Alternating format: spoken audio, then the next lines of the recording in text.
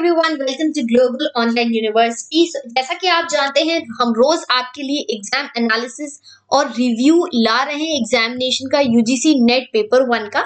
कल भी हमने ही दोनों ही शिफ्ट का, मॉर्निंग और इवनिंग शिफ्ट का आपको एनालिसिस दिया था, और आज के इस वीडियो में हम आपको मॉर्निंग शिफ्ट का एनालिसिस देंगे। And nearly at 10 or 11 o'clock I will upload the analysis for the evening shift. So let's see which kind of questions were asked in the examination, कितने questions repeat हुए हैं, क्या trend follow हो रहा है। ये सारी इंफॉर्मेशन जानने के लिए वीडियो को एंड तक जरूर देखें। So let's start with teaching aptitude. Teaching aptitude से पहले मैं आपको ये भी बताना चाहूंगी स्टूडेंट्स, बहुत ज्यादा असर्शन एंड रीजन से क्वेश्चंस आए थे, यानी सारे ही यूनिट के क्वेश्चंस को असर्शन एंड रीजन के फॉर्म में पूछा गया था। तो इससे क्या होता है, आपकी इन डेप्थ नॉलेज चेक कर पाता है एनटीए। अगर हम देखें टीचिंग एप्टीट्यूड में, तो कुछ ऐसा क्वेश्चन आया था which is required for good teaching. Exact question नहीं बताया है स्टूडेंट ने, बट कुछ ऐसा क्वेश्चन आया था। एक मैच द फॉलोइंग क्वेश्चन था, जहाँ डिफरेंट टाइप ऑफ इवैल्यूएशंस थे, फॉर्मेटिव था, समेटिव था, ऑटोनॉमस, मेमोरी, रिफ्लेक्टिव, ये सारे लेवल्स ऑफ टीचिंग थे। इनमें से कुछ मैचिंग का क्वेश्चन आया था। There was again a question, ये डायरेक्ट टीवाईक्यू है स्टूडेंट्स, ये एग्जैक्टली सेम क्वेश्चन आया था कुछ साल पहले, जिसमें पूछ, आई थिंक ये 2020 का क्वेश्चन है, एक बार आप भी देख लीजिएगा, बट एग्जैक्टली सेम क्वेश्चन आया था। Which of the following learners characteristics is highly related to effectiveness of teaching. तो प्रायर एक्सपीरियंस से होता है, एजुकेशन स्टेटस ऑफ पेरेंट्स से होता है, peer group of the learner यानी लर्नर के आसपास की उसके फ्रेंड से होता है, या फैमिली की साइज कितनी बड़ी उसकी फैमिली है, जॉइंट है या न्यूक्लियर, इससे डिपेंड करता है किसी भी लर्नर का कैरेक्टरिस्टिक्स। तो इस क्वेश्चन का आंसर है prior experience of the learner.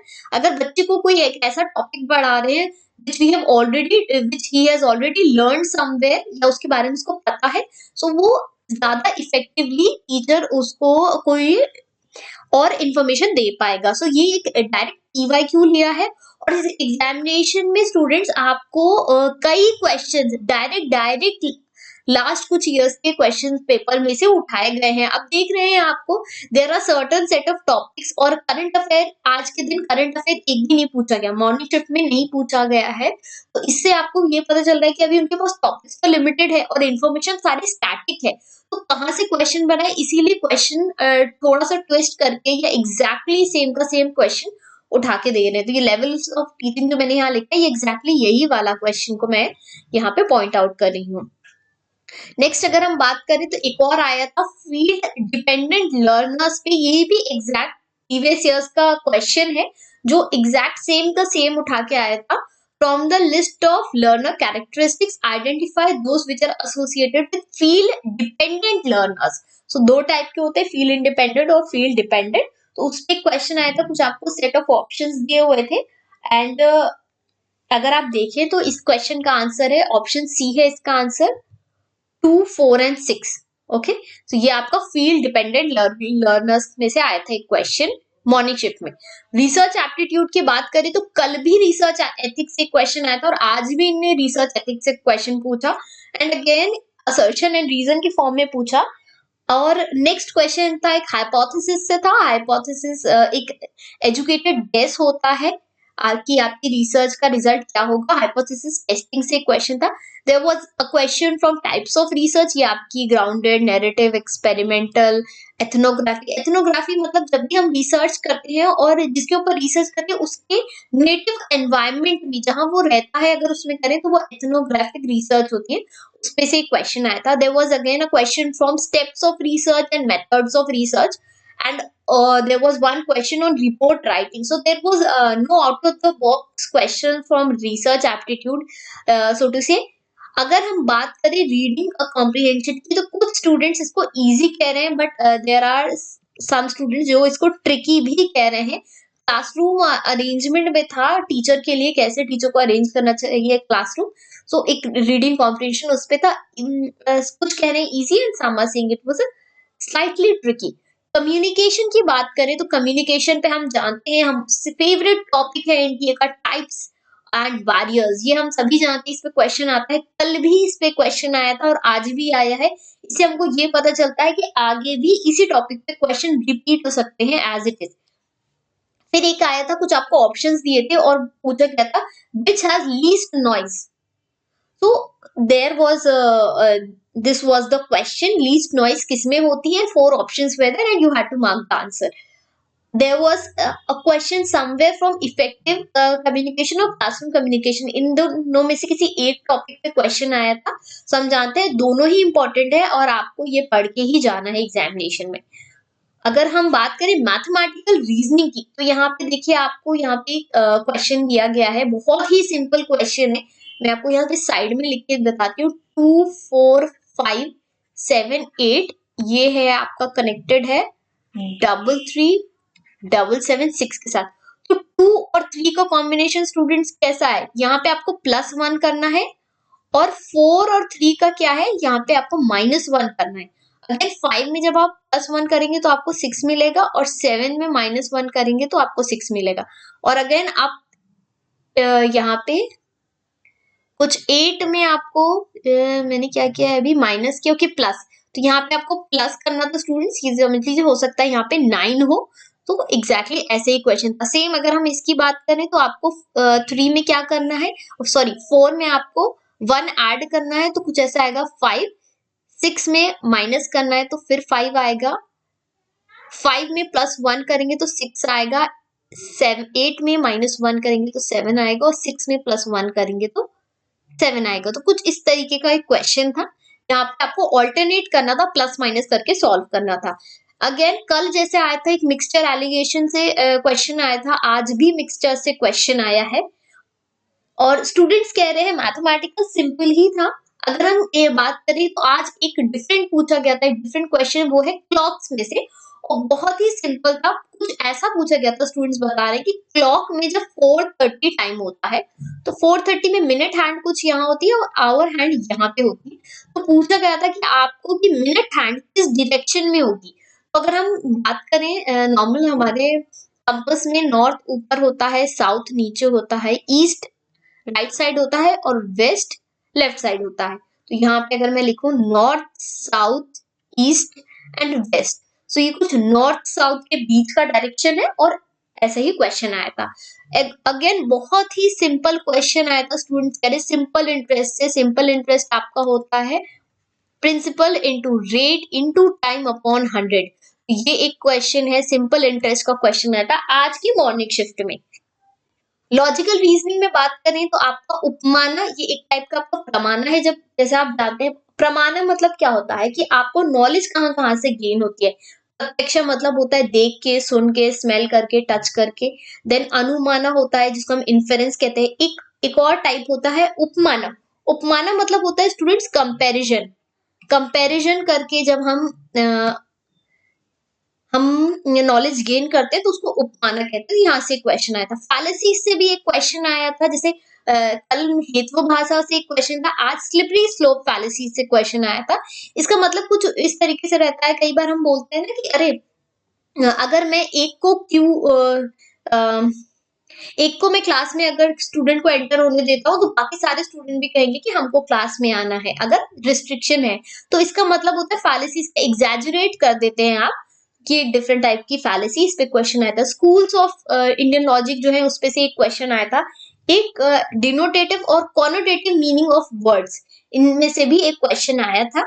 ये कुछ डिनोटेटिव कॉनोटेटिव कुछ इस तरीके से रहते हैं कि कुछ होते हैं डायरेक्ट मीनिंग्स जो डिक्शनरी से होते हैं और कुछ वर्ड्स के साथ उनकी फीलिंग्स भी अटैच होती हैं।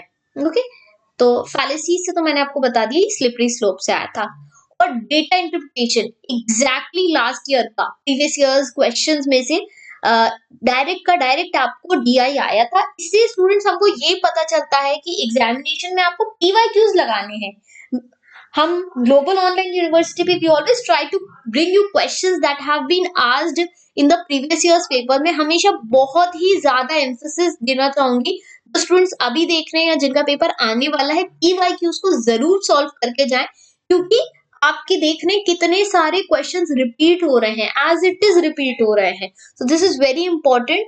और हाँ, डीआई इजी तो था but again it was calculative. Okay, calculative था, कैलकुलेशन बेस्ड ज्यादा था। अब हम बात करें अगर आईसीटी की, तो आईसीटी में I always tell you to study abbreviations. Abbreviations क्या होते हैं? ऐसे फुल फॉर्म्स होते हैं, शॉर्ट फॉर्म्स होते हैं आपके, वो होता है एब्रीविएशन। लाइक एचडीडी का पूछा था, एचडीडी क्या होता है? Hard disk drive. एक है आपका जो रिसेंटली यूज होता है एसएसडी। एसएसडी का मतलब होता है सॉलिड स्टेट ड्राइव। तो हो सकता है अगर आपको एचडीडी पूछा गया हो आज, नेक्स्ट एग्जाम में आपको एसएसडी पूछ ले, कुछ इस तरीके से। मेमोरी हायरार्की पे स्टूडेंट्स से क्वेश्चन आया था, यहाँ पे कुछ पूछा गया था, arrangement of computer memory from smallest to highest. तो जैसा आप जानते हैं यहाँ आपको केबी दिया था, और बहुत सारे जीरोज हैं, आपको यहाँ पे 6 जीरोज दिए हैं। और फिर एमबी, जैसा कि हम जानते हैं कि 1024 केबी जब मिलता है तो वो बनता है 1 एमबी। ओके, तो ऐसे एमबी, 1000 जीबी, 100 टीबी, इनका आपको अरेंजमेंट का क्वेश्चन करना था फ्रॉम स्मॉलेस्ट टू लार्जेस्ट। एक क्वेश्चन था इनपुट आउटपुट डिवाइस से, ये भी बहुत बहुत ही सिंपल क्वेश्चन। हम जानते हैं इनपुट डिवाइसेस वो होती हैं जिससे हम कंप्यूटर को इंफॉर्मेशन प्रोवाइड करते हैं। For example your keyboard, your microphone और योर जॉयस्टिक। आउटपुट जिसे कंप्यूटर हमको इंफॉर्मेशन देता है, your it can be your monitor, speaker, printer. तो इसमें से क्वेश्चन आया था।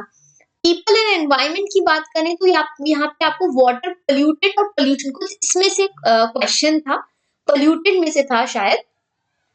और एक क्वेश्चन था रिन्यूएबल एनर्जी से रिलेटेड। ओके, रिन्यूएबल एनर्जी से रिलेटेड एक क्वेश्चन आया था। आपका एसडीजी से भी एक क्वेश्चन आया था। एसडीजी, एमडीजी सब जानते हैं, 17 गोल्स होते हैं एसडीजी में। एमडीजी में आपके 8 गोल्स होते हैं, सस्टेनेबल डेवलपमेंट और मिलेनियम डेवलपमेंट। CO2 एमिशन का भी एक क्वेश्चन आया था। इसका भी एक बहुत ही इंपॉर्टेंट क्वेश्चन इसमें से फॉर्म हो सकते हैं कि कौन सी कंट्री में सबसे ज्यादा CO2 एमिशन होता है अराउंड द वर्ल्ड, और इंडिया में भी पूछ सकते हैं। सो यहाँ से क्वेश्चन आता है, एक साइक्लोन की एवरेज स्पीड कितनी होती है? ओके, कुछ 50 to 60, ओके, कुछ 70 to 80, कुछ ऐसे ऑप्शंस थे। तो साइक्लोन की आपको एवरेज स्पीड पूछी गई थी। देन हायर एजुकेशन की बात करें तो ये क्वेश्चन मुझे थोड़ा डाउटफुल लग रहा है, बट स्टिल अगर आप नहीं भी आया तो स्टूडेंट्स का रिवीजन हो जाएगा।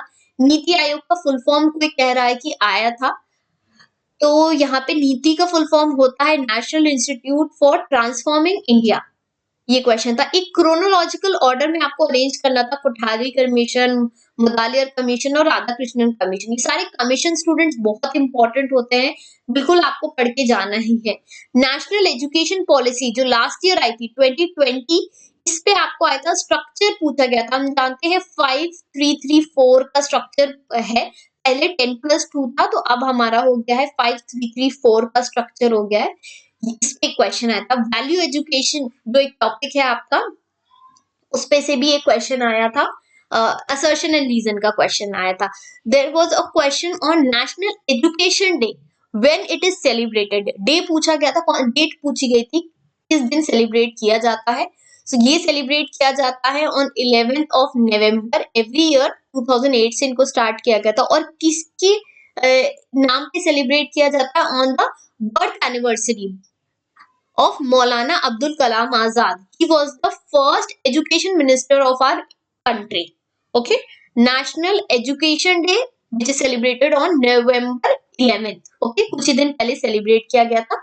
So these are the questions, students. If you have any doubts या आपको लगता है कि ये question नहीं आया था, जो students ने आज पेपर दिया है, do write it down in the comment section कि क्या questions आए थे, ताकि दूसरों को भी help हो। अब आपको एग्जैक्टली एक पैटर्न समझ में आ गया है। पीवाईक्यू जरूर करना है स्टूडेंट्स, असर्शन एंड रीजन करना है आपको। और एक मेरी रिक्वेस्ट है आपसे कि बहुत ज्यादा ना आप आउट ऑफ द बॉक्स पढ़ने की कोशिश ना करें। इंपॉर्टेंट टॉपिक्स को रिवाइज करना इज वाइजर देन नए टॉपिक को पढ़ना। तो मेरा आपसे यही रिक्वेस्ट है, कीप वर्किंग हार्ड। अब इस पॉइंट पे मैं आपको एक और बात बोलना चाहूंगी कि ग्लोबल ऑनलाइन यूनिवर्सिटी यानी हमारा चैनल आपके लिए लाया है 1 day revision PDF for UGC net paper 1। हम जानते हैं कि स्टूडेंट्स को पेपर 1 में बहुत डिफिकल्टी होती है, तो उस प्रॉब्लम को सॉल्व करने के लिए we have brought for you 2000+ MCQs PDF, जिसमें हम सारे current affairs, PYQs most expected MCQs हमने इसमें आपके लिए ऐड किया है ताकि आप एक ही जगह पे एक ही दिन में आप पेपर 1 के मैक्सिमम क्वेश्चंस करके आए। और I am so happy to tell you कि हमारी पीडीएफ से भी बहुत ज्यादा क्वेश्चंस रिपीट हो रहे हैं। So if you want to get access to this PDF, यहाँ पे आपकी you can contact on this WhatsApp number. Fees is just 499 और आप पूरा पेपर 1 प्रिपेयर कर सकते हैं। Okay, so we'll meet in our next video where we will be looking at the evening shift analysis of 21st of November 2021 UGC NET paper 1. Okay, take care, bye bye.